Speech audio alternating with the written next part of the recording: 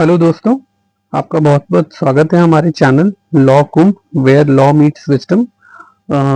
जैसा कि आप लोगों को पता है कि हम इस चैनल पे नए नए जजमेंट्स को डिस्कस करते हैं ताकि आप लोगों का लीगल नॉलेज एक्सपैंड हो सके, आपके साथ साथ हमारा भी लीगल नॉलेज एक्सपैंड हो सके। टू वे प्रोसेस है, हम लोग आपस में डिस्कस करते रहेंगे। आप अपने व्यूज़ कमेंट सेक्शन में जाके बता सकते हैं। आपको कुछ और क्वेरीज हो आपकी तो आप हमें कमेंट सेक्शन में लिख सकते हैं। हमारे टेलीग्राम चैनल पे को ज्वाइन करके उस पर लिख सकते हैं। तो इसी कड़ी में आज हम एक बहुत ही इम्पॉर्टेंट जजमेंट डिस्कस करने जा रहे हैं जो कि फैमिली लॉ से रिलेटेड है, कस्टडी मैटर है। ठीक है, सो ये जजमेंट है दिल्ली हाई कोर्ट का। तो ये जजमेंट रिजर्व हुआ था 22 सितंबर को और ये प्रोनाउंस हुआ था 8 अक्टूबर 2025 को। And the name of the judgment is Karuna Nath versus Dipendra Nath. ठीक है, Karuna Nath she was the wife and Dipendra Nath is the husband. And the name of the justice जजेस are just honourable mister justice Anil Khetarpal and honourable mister justice Harish Vaidyanathan Shankar. ये जो justice Khetarpal हैं ये Punjab high court से Delhi high court इनका transfer हुआ था 1-1.5 महीना पहले। और जस्टिस हरीश वैद्यनाथन इनका अभी 1 साल भी नहीं हुए, ये अभी दिल्ली में इन्होंने एज अ जजशिप इनको डायरेक्टली ये as a from lawyer to जज इनका एलिवेशन हुआ है हाई कोर्ट में। ठीक है, अब let's come to the judgment. It is authored by justice Harish Vaidyanathan. ठीक है, लेट्स सी द जजमेंट। इस जजमेंट में एक फैमिली कोर्ट के ऑर्डर को चैलेंज किया गया था जिसमें कस्टडी जो थी बच्चे की, कस्टडी इंटरिम कस्टडी बच्चे की फादर को दे दी गई थी। देखिए, जैसे आप लोगों को पता है ना कि कस्टडी जनरली छोटे बच्चे की कस्टडी माँ को दी जाती है, लेकिन इस मैटर में कस्टडी फादर को दे दी गई थी under under section 12 of under section 12 of guardianship and wards act. ठीक है, अब देखिए फादर को दी गई है तो किस सिचुएशन में दी गई है, लेट्स सी किस सिचुएशन में ये जजमेंट पास हुआ था ट्रायल कोर्ट में। अब ये हाई कोर्ट में वाइफ ने इस ऑर्डर को चैलेंज किया था। ठीक है, जैसे यहाँ पे देखिए ये लिखा है ना मैट्रिमोनियल अपील। तो मैट्रिमोनियल अपील ऐप से अपील, FC का मतलब फैमिली कोर्ट, फैमिली कोर्ट। ठीक है, हाँ। तो नाउ लेट्स सी ये फैक्ट्स क्या है इसमें। देखिए जिसमें ना दोनों की हस्बैंड वाइफ की शादी हुई थी 17/2/2020 को। ठीक है, फिर उनसे एक मेल चाइल्ड बॉर्न हुआ 25/10/2021 को। ठीक है, और दोनों आपसी झगड़ों के कारण 27/10/2023 से अलग रह रहे थे। ठीक है, और बच्चे की कस्टडी, बच्चे माँ अपने बेटे की कस्टडी वाइफ बच्चे को लेके चली गई थी। ठीक है, ये था कि माँ बच्चे को लेके चली गई थी अचानक। और फिर हुआ क्या कि रिस्पोंडेंट यानी हस्बैंड ने एक बार 30/3/2023 को अपनी मदर के साथ मिसिंग रिपोर्ट लिखाई अपनी वाइफ की। ठीक है, तो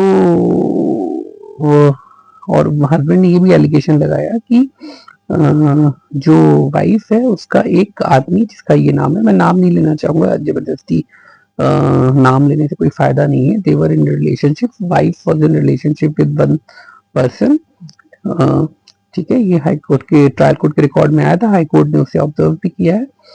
सो उसमें ये भी था कि एपिलेंट जो थी, जो वाइफ थी, वो अपनी पेरेंटल रिस्पॉन्सिबिलिटीज को नेग्लेक्ट कर रही थी। ठीक है, वो बच्चे की ठीक से कस्टडी नहीं पाल पा रही थी। इसीलिए हस्बैंड ने ट्रायल कोर्ट में केस डाला कि इंटरिम कस्टडी और परमानेंट कस्टडी दोनों को उसको दे दिया जाए। ठीक है, फिर फादर ने अलेज किया कि वाइफ की रिलेशनशिप थी beyond marriage with some other person. फिर record of the proceeding trial court की, फैमिली कोर्ट की देखी तो उसमें था कि जो वाइफ थी वो रेगुलर कोर्ट में आ भी नहीं रही थी। उसके लिए NBW इशू करने जा रहे थे। NBW मतलब नॉन अवेलेबल वारंट्स की कोर्ट में आके। फिर हाई कोर्ट ने ट्रायल कोर्ट के ऑर्डर को भी वो किया कि SHO को भी बुलाया गया कि आप उसको कंप्लाई करो इस ऑर्डर को, कि उसको कोर्ट में लाने को। ठीक है, फिर इनकी बातें सुन के ट्रायल कोर्ट ने 8/7/2025 को, यानी जुलाई 2025 को, अभी ये अक्टूबर 2025 में पास हुआ है, जुलाई 2025 को इंटरिम कस्टडी जो थी वो फादर को दे दी। देखिए एपेलेंट ने क्या पॉइंट रेज किया कि वो बायोलॉजिकल मदर है, तो as per law natural guardian of the child is the mother. तो मैं अगर बायोलॉजिकल मदर है तो उसकी कस्टडी, बच्चे की कस्टडी उसको मिलनी चाहिए। अब देखिए कोर्ट ने इसे एनालाइज कैसे किया, ठीक है। कोर्ट ने एनालाइज किया कि एक लेडी, एक ट्रायल कोर्ट के एक ऑर्डर को रियलाइज किया कि एक पुष्पा नाम की, सॉरी मैंने नाम ले लिया, एक लेडी ने एक मिसिंग कंप्लेंट डाली थी कि अपने हस्बैंड के खिलाफ कि वो मिसिंग है। और हस्बैंड कौन था? ये लड़की जो अभी जो वाइफ है वो जिसके साथ रह रही थी, कि वो घर से गायब है। तो इंक्वायरी की गई तो पता लगा कि अमित, ये जो हस्बैंड था इस मैडम का, पुष्पा मैडम का, वो घर छोड़ के चला गया था और वो एक एपेलेंट के साथ रह रहा था दिल्ली के इस एरिया में, ठीक है। और जो वो आदमी था वो अपनी वाइफ के साथ नहीं रहना चाह रहा था, वो एपेलेंट के साथ रह रहा था, ठीक है। तो कोर्ट ने ये बोला कि ट्रायल कोर्ट ने कि प्राइमस से ये व्यू है कि the wife is living in adulterous relationship with such and such person. तो वो, और उसके भी 2 बच्चे हैं, जिसके साथ वाइफ रह रही थी उसके भी 2 बच्चे हैं, और उसकी वाइफ ने भी मिसिंग कंप्लेंट डाली है। तो इट्स अ वेरी डिस्कॉर्डियल रिलेशनशिप, ठीक है। तो और उसने ये था कि जब एक बीवी ने दूसरे अपने पति की मिसिंग रिपोर्ट लिखाई है, वो मिसिंग पति किसी दूसरे की बीवी के साथ रह रहा है, तो जिस बच्चे की कस्टडी का केस चल रहा है उसके मन पे क्या गुजर रही होगी।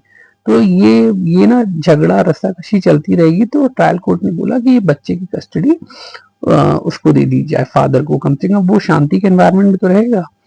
फिर उसके बाद जज ने एक बात बहुत जो जो नई बात बोली कि अगर किसी लेडी का वो अडल्ट्री में रह रही है तो सिर्फ उसी के बेसिस पे कस्टडी, ऐसा नहीं है, नहीं दी जाएगी, ऐसा नहीं है। वो तब कस्टडी फादर को दी जाएगी मदर से लेकर जब वो wife is not able to sufficiently take care of the child. If the welfare of the child is of importance, अगर वेलफेयर वाइफ ठीक से नहीं रख पा रही है, डिस्पाइट उसकी अडल्ट्री में वो रह रही है, वो किसी अपने लवर के साथ रह रही है, तो बच्चे की कस्टडी फादर को दी जा सकती है। लेकिन अगर सिर्फ और सिर्फ वो अडल्ट्री में रह रही है लेकिन वो बच्चे की सही से केयर कर रही है तो कस्टडी बच्चे की नहीं दी जाएगी फादर को, ठीक है। फिर हाई कोर्ट ने जजमेंट कंसीडर किए गए और अल्टीमेटली जो वाइफ की जो जजमेंट थी, जो अपील थी, वो डिसमिस कर दी। देखिए यहाँ पे एक लाइन में आपको पढ़ के सुनाता हूँ। In light of the aforesaid dictum it is evident that in the present case what would weigh is not the allegation of adultery per se but rather the appellant persistent abdication of a maternal obligation. जब वो माँ का फर्ज नहीं निभा पा रही है तब कस्टडी उससे लेके हस्बैंड को दे दी जाएगी, ठीक है। इररिस्पॉन्सिबल अबंडनमेंट भी उसने किया था, मतलब बहुत गैर जिम्मेदार तरीके से वो चली जा रही थी।